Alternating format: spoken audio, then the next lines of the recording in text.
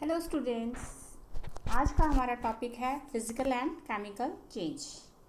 Everyday जो life है हमारी, हम उसके अंदर काफ़ी सारे चेंजेस जो है नोटिस करते हैं। बट जब तक हमें ये नहीं पता कि is this a physical change और a chemical change, we cannot differentiate between them. जैसे आप लोग पेज फाड़ते हो, that is also a change. Burning of a candle, this is also a change. Photosynthesis, digestion of food, rusting of iron, all these are क्या changes. These are all changes. But हमें ये नहीं पता कि which one is physical and which one is chemical.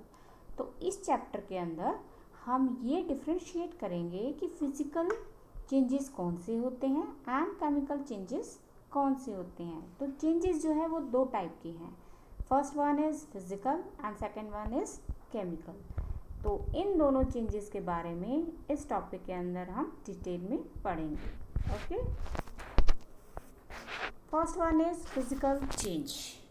Physical change हम क्या इसकी definition देंगे आपको। फिजिकल चेंजेस क्या होते हैं, right? Physical change, a change in which substance undergo a change in its physical property. अब ये फिजिकल प्रॉपर्टी क्या है? फिजिकल प्रॉपर्टी होती है लाइक उसके फिजिकल प्रॉपर्टी में आपके आ जाते हैं जैसे shape, size, colour and state of a substance. All these are called physical properties.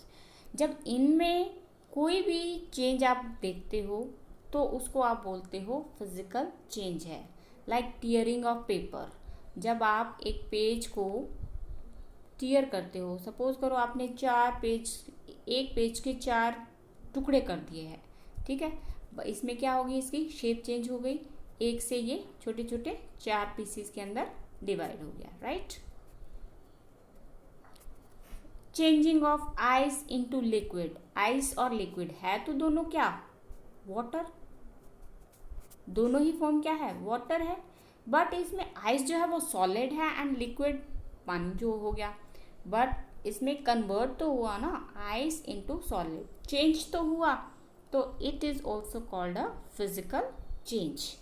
तो फिजिकल चेंज की हम क्या डेफिनेशन बोलेंगे बच्चों? अ change in which a substance undergo a change in its physical properties is called a physical change. For example tearing of paper and changing of ice into liquid. उसके बाद look, this is ice, ice, okay. जब आप इसको थोड़े room temperature पर रखते हो, it will convert into water and then if you will heat this water, it will convert into water vapour. तो these are the physical change. इसमें क्या क्या चेंजेस हुए हैं आप देखो, इसमें शेप चेंज नहीं हुआ, ना साइज चेंज हुआ, ना इसमें कलर चेंज हुआ, बट इसमें स्टेट चेंज हुई है। क्या चेंज हुई है बच्चों? स्टेट। पहले आइस स्टेट थी, देन वाटर में कन्वर्ट हुई, देन वाटर वेपर्स के अंदर। तो in this way we can say it is a physical change, right. Then आता है आपका केमिकल चेंज। अब केमिकल चेंज क्या होते हैं? Chemical change a change in which more new substance is form. जब आपका कोई न्यू सब्सटेंस बनता है, उस चेंज को आप बोलोगे chemical change. It is also called a chemical reaction भी बोलते हैं हम इसको। जो आपका केमिकल चेंज है, इसको दूसरे तरीके से अगर हम पढ़ें तो इसको केमिकल रिएक्शंस भी बोल दिया जाता है, लाइक फोटोसिंथेसिस। अब फोटोसिंथेसिस प्रोसेस तो सबको पता है कि it is a process in which plants make their own food with the help of water, sunlight and air, right. तो इसमें क्या है कि जो सनलाइट को वो कैप्चर करते हैं प्लांट्स, ठीक है, वाटर लेते हैं रूट के थ्रू, सॉइल से एयर लेते हैं, उनको कन्वर्ट करके वो किसके अंदर कन्वर्ट कर देते हैं, उसको स्टार्च के अंदर, कार्बोहाइड्रेट्स के अंदर, और वो कार्बोहाइड्रेट फिर ह्यूमन बींग्स जो है यूज़ करते हैं। देखो अब इसमें क्या है कि चेंज हुआ ना, वाटर, ऑक्सीजन और सनलाइट, इन तीनों का कॉम्बिनेशन मिलके आपको कार्बोहाइड्रेट मिला, मतलब कन्वर्ट होगा। तो इसलिए photosynthesis is a chemical change. Digestion of food, like when we eat something, कुछ भी हम खाते हैं तो वो एज सच तो बाहर नहीं आता ना, वो कन्वर्ट हो जाता है और उसके अंदर आपकी बॉडी में जो इंजाइम्स हैं वो क्या है, डाइजेशन में हेल्प करते हैं, जिसकी वजह से जो फूड जो कॉम्प्लेक्स होता है वो सिंपलर में कन्वर्ट होता है, देन फिर आगे डाइजेस्ट होके आपके पूरी बॉडी के अंदर जाता है. तो it is also, we can say it is also a chemical change, right. Look, this is a fire. जब आग लगती है तो हीट भी होती है, राइट, लाइट भी होती है. और आपने कभी सुना हो आग जलती होती है तो उस टाइम पे थोड़ी थोड़ी साउंड भी प्रोड्यूस होती है. तो during chemical change you can notice sound is produced, change of colour, smell आप फाइंड आउट कर सकते हो. तो दीज 2 और 3 जो चीज़ें हैं वो आप you can notice in the chemical change. Now difference between physical and chemical change. अब आप ये सोचो कि कैसे इनमें डिफरेंस कैसे फाइंड आउट करोगे कि फिजिकल और केमिकल चेंज में डिफरेंस क्या होता है. First thing is in physical change no new substance is form. कोई भी नया सब्सटेंस नहीं बनता है. सपोज अगर आप किसी पेज को फाड़ रहे हो तो वो पेज में ही रहेगा. वो ये नहीं है कि अगर आप पेज को फाड़ रहे हो तो पेज कन्वर्ट होके आपको गोल्ड बन जाएगा या सिल्वर बन जाएगा. नहीं. That's why there is no new substance is formed. In chemical change, new substance is formed. Like जब आप मोमबत्ती जलाते हो, right? तो आपको हीट भी मिलती है, आपको लाइट भी मिलती है, और कुछ जो स्मोक भी प्रोड्यूस होता है, कुछ गैसेस भी प्रोड्यूस होती है. तो इट्स मीन जो आपकी कैंडल थी वो 2-3 चीज़ों के अंदर कन्वर्ट हो गया. So new substance is form. This is called chemical change. Usually reversible का मतलब क्या है कि अगर आप किसी चीज़ को, सपोज करो आप बलून को फुला रहे हो, राइट, उसके अंदर आपने अपनी मुंह की हवा डाली, ठीक है, उसको टाइट किया, फिर उसको अगर आपने उसके माउथ को ओपन किया तो वो बाहर निकल जाएगी. जो बलून था उसकी शेप चेंज हो गई है, बट वो रहा तो बलून ही ना. तो यूजुअली रिवर्सिबल, आप इसको रिवर्सिबल कर सकते हो. लाइक आप एक बैंड को स्ट्रेच करते हो तो आप दोबारा से उसको छोड़ोगे तो वो अपनी शेप में आ जाएगा. तो this comes under physical change. फिर आता है chemical change. Chemical change is usually irreversible. अब आपने कैंडल ब्लो करी, राइट, कैंडल ब्लो करी, उससे आपको हीट मिली, लाइट मिली, स्मोक मिली, बट आप उसको दोबारा से कैंडल के अंदर कन्वर्ट नहीं कर सकते हो, राइट. अब केमिकल चेंजेस में आपको मैं एक और एग्जांपल देती हूँ. जैसे आप आग जलाते हो, राइट, लकड़ियाँ जलाते हो. गांव में देखी होगी आपने लकड़ियों को जलते हुए. उससे आपको हीट मिलती है, लाइट मिलती है, और उसकी क्या बन जाते हैं, लास्ट में एशेस बन जाते हैं, जिसे हम राख बोलते हैं, राइट. तो वो राख से आप दोबारा लकड़ी नहीं प्रोड्यूस कर सकते. तो it's mean it is a chemical change. Then it produce no energy. In physical change there is no energy. कोई भी एनर्जी प्रोड्यूस नहीं होती है. अगर आप पेज फाड़ रहे हो तो उसमें कोई एनर्जी आपको मिलेगी? नहीं मिलेगी. और केमिकल चेंज के अंदर जब भी आप केमिकल चेंज होते हैं तो it's produce energy generally in the form of heat, light and sound. कई बार आपको साउंड प्रोड्यूस फील होगी, कई बार आपको लाइट मिलेगी, कई बार आपको हीट फील होगी. तो these are the changes in the chemical changes, right. Then आता है changes that occur during chemical change. Chemical change जब होते हैं तो कौन कौन से चेंजेस जो है आप देख सकते हो, आप नोटिस कर सकते हो कि कौन से चेंजेस ड्यूरिंग केमिकल रिएक्शन जो है वो फाइंड आउट हो रही हैं. नंबर 1, हीट, लाइट और एनी अदर रेडिएशन में बी गिवन और एब्जॉर्ब. या तो हीट निकलेगी या एब्जॉर्ब होगी. आपने केमिकल रिएक्शंस पढ़ी होगी. केमिकल रिएक्शंस में जैसे C+O2 gives CO2, राइट.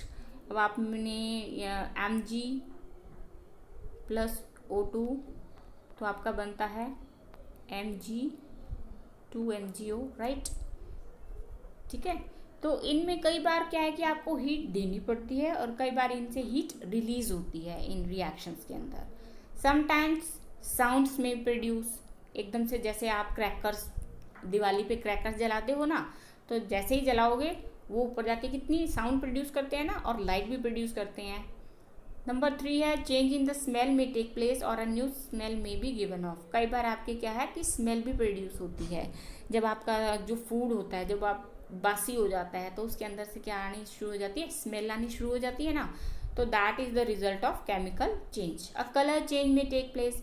अब इसमें कई बार क्या है कि कलर भी चेंज हो जाता है।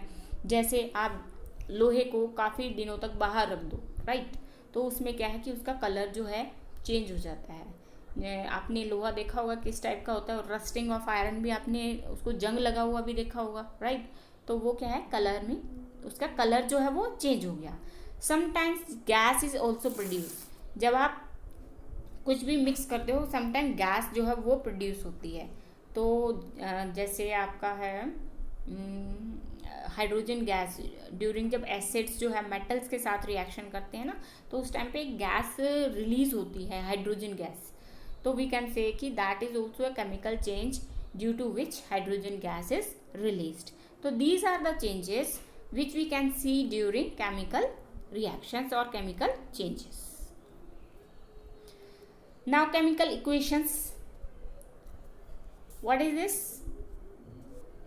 This is copper sulfate. Copper sulfate को आप नीला तोता हिंदी में बोलते हो, ब्लू विट्रोल जिसे हम बोलते हैं। जब ये आयरन के साथ, Fe मतलब आयरन के साथ रिएक्ट करता है, देन FeSO4 बनता है जो ग्रीन कलर का होता है, एंड कॉपर जो है वो अलग हो जाता है, ब्राउन डिपॉजिट हो जाती है, ठीक है।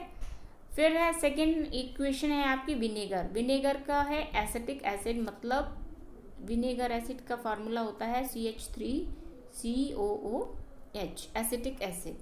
बेकिंग सोडा, मतलब बेकिंग सोडा आपका होता है NaHCO3, right. Vinegar, acetic acid और baking soda, when both these react with each other, then you will get carbon dioxide and other substances, right? This is the equation of chemicals. Third one is when carbon dioxide react with lime water, CaOH2. It is the formula of lime water. It is not that lime water कि आप समझोगे ये नींबू पानी है, no, it is calcium hydroxide which name is lime water. When carbon dioxide is passed through a lime water, it will convert into calcium carbonate and water. Okay, these three are the chemical equation which is in your syllabus, right? Now importance of chemical changes. जो chemical changes होते हैं वो हमारी life के अंदर क्या importance रखते हैं। Okay, all new substances are formed as a result of chemical changes.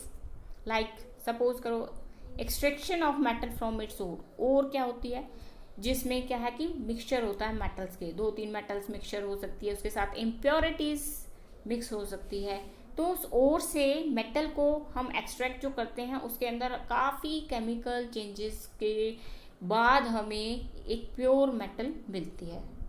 Second one is medicine. जो हम मेडिसन्स लेते हैं, सपोज करो आपके सर में दर्द है तो आप कोई मेडिसन लोगे, राइट। तो वो मेडिसन जो है वो बहुत सारे केमिकल्स का आपस में रिएक्शन करवाने के बाद वो मेडिसन बनती है और वो मेडिसन हम लेते हैं। फिर आपके बाद आता है ये जो आप डेली में यूज़ करते हैं, soap, plastic, salt, detergent, all these are the product of chemical changes. अगर केमिकल चेंज नहीं होते तो you will not get any soap, plastic, salt, detergent and so many things.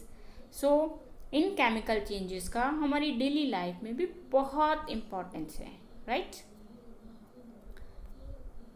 Now next topic is our rusting of iron.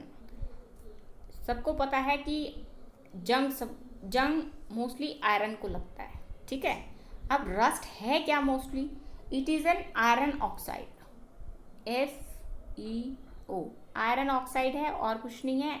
जब iron oxygen के contact में आता है उस टाइम पे रस्ट जो है वो प्रोड्यूस होता है। It is usually reddish brown oxide. इसका कलर कैसा होता है? Look here, look, this is the reddish brown color and it is formed by the reaction of iron, oxygen in the presence of water. You can say water or moist air. You will get ferric oxide. This is the result of when iron is react with oxygen and moist air, we will get iron oxide, ferric oxide, sorry ferric oxide, जिससे कि आपके जो लोहे को है जंग लग जाता है, राइट।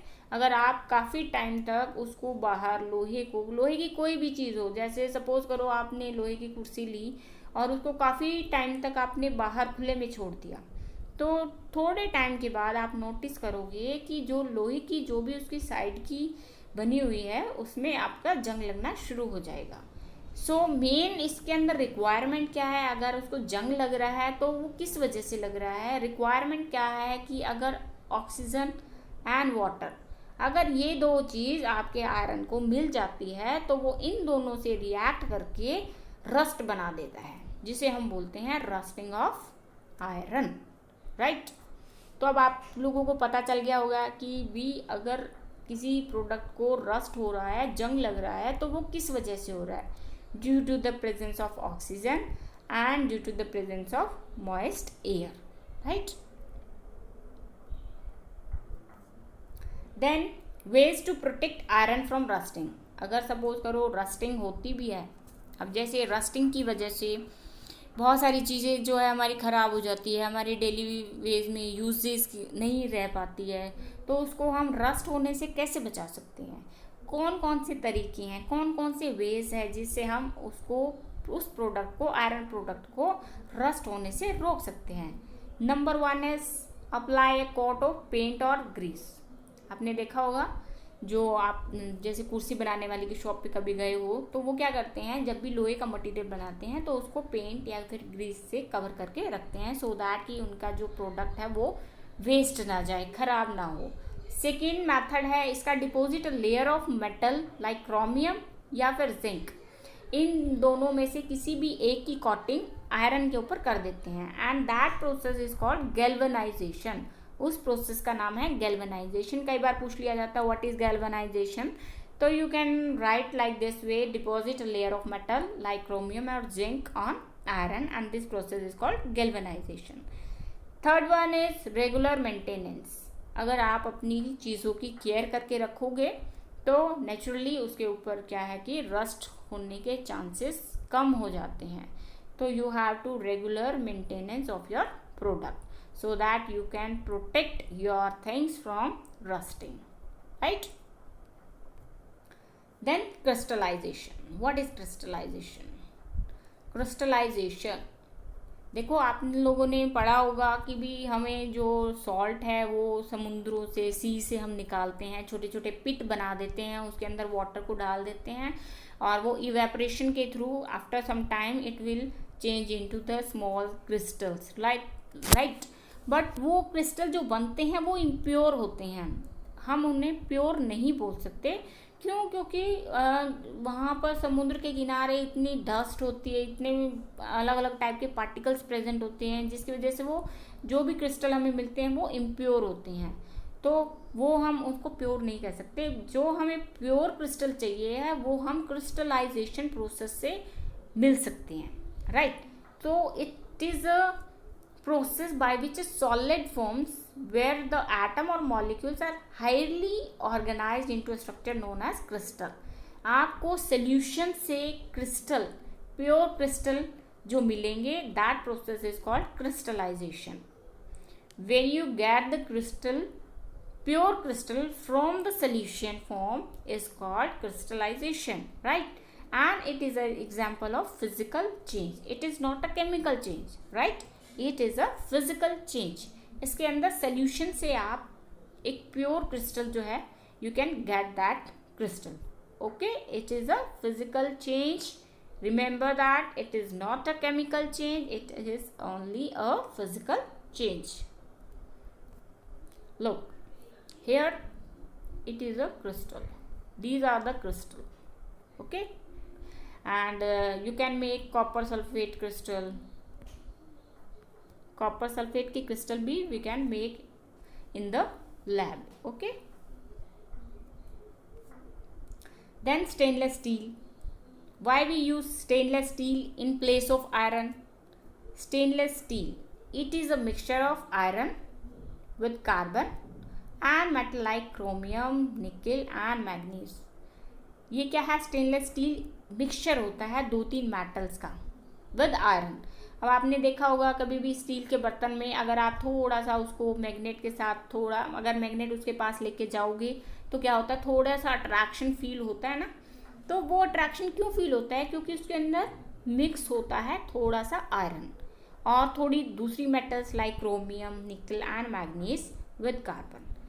वो क्यों बनाया जाता है, स्टेनलेस स्टील के जो प्रोडक्ट है वो क्यों आजकल यूज़ होते हैं, क्योंकि हमें पता है अगर हम आयरन के बनाएंगे तो उसमें रस्टिंग क्या है, बहुत जल्दी होगी। उससे हमें प्रोटेक्ट करने के लिए हमने क्या किया, स्टेनलेस स्टील बनाना शुरू किया, जिससे क्या है कि रस्टिंग की जो प्रोसेस है उसको हम बहुत ही स्लो कर पाए, ठीक है, and it does not rust. और स्टील के बर्तन में आपने देखा होगा कि उसके अंदर रस्ट के चांसेस बहुत ही रेयर चांसेस होते हैं। अगर सपोज करो किसी स्टेनलेस स्टील के अंदर अगर आयरन की क्वांटिटी ज़्यादा है तो यू कैन से कि भी उसके अंदर थोड़े से चांसेस हो सकते हैं रस्टिंग के, अदरवाइज स्टेनलेस स्टील्स के अंदर जो है रस्टिंग प्रोसेस नहीं हो सकती, because it is a mixture of iron with carbon and metal like chromium, nickel and manganese, right. Then ozone layer, सभी को पता है कि ओजोन लेयर क्या होती है, right. It is a layer around our atmosphere, right. ये क्या करती है, इसका क्या फंक्शन होता है, ये हमें प्रोटेक्ट करती है हार्मफुल रेडिएशन। हार्मफुल रेडिएशंस कौन सी, अल्ट्रा वायलेट रेडिएशंस। जो सन है वहाँ उससे क्या है कि अल्ट्रा वायलेट रेडिएशंस भी निकलती है, ठीक है। But due to the presence of ozone जो प्रेजेंट है ना, वो क्या करती है, अल्ट्रा वायलेट रेडिएशन को एब्जॉर्ब कर लेती है। एब्जॉर्ब करने से क्या होगा कि जो एब्जॉर्ब कर लेगी तो वो अल्ट्रा वायलेट रेडिएशन जो है वो अर्थ तक नहीं पहुंच पाती, और अर्थ तक नहीं पहुंच पाती तो हम क्या है, प्रोटेक्ट हैं, राइट। ओजोन लेयर अगर सपोज करो ना होना तो अल्ट्रा वायलेट रेडिएशन जो है वो अर्थ तक पहुंचेगी और हमें स्किन कैंसर होने के चांसेस 99% हो सकते हैं। और जो ओजोन है, ओजोन का फॉर्मूला होता है O3, right. Ozone absorb the radiation, break down to oxygen, oxygen के अंदर वो कन्वर्ट होती है। Look, O3 convert into O2 plus में O। This is the atom and this is the molecule, right?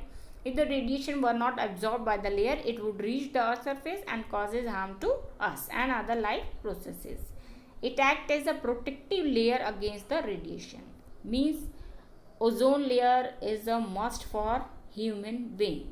अगर ओजोन लेयर नहीं होगी तो we can have a lot of chances of skin cancer. So it is a very protective layer around the earth atmosphere. Okay, now these are the questions for you students. अगर आपको ये जो मैंने अभी आपको समझाया है अगर अच्छे से समझ आ गया है तो आप ये जो मैंने क्वेश्चंस 2-3 डाले हैं प्लीज़ आप इनको करने की कोशिश करना, ट्राई करना। अगर फिर भी ना आए तो फिर दोबारा से आप पीछे जाना और फिर दोबारा से वीडियो को देखना, फिर आप क्या है कि इनका आंसर आप इजीली से दे पाओगे, राइट। अगर आपको फिर भी कोई भी डिफ़िकल्टी आती है during this topic, I will solve your problems, okay. So अगर आपको मेरी ये वीडियो अच्छी लगी हो तो प्लीज़ प्लीज़ प्लीज़ लाइक करना, कमेंट करना एंड शेयर करना। थैंक यू एंड सब्सक्राइब भी ज़रूर कर देना। Okay, bye.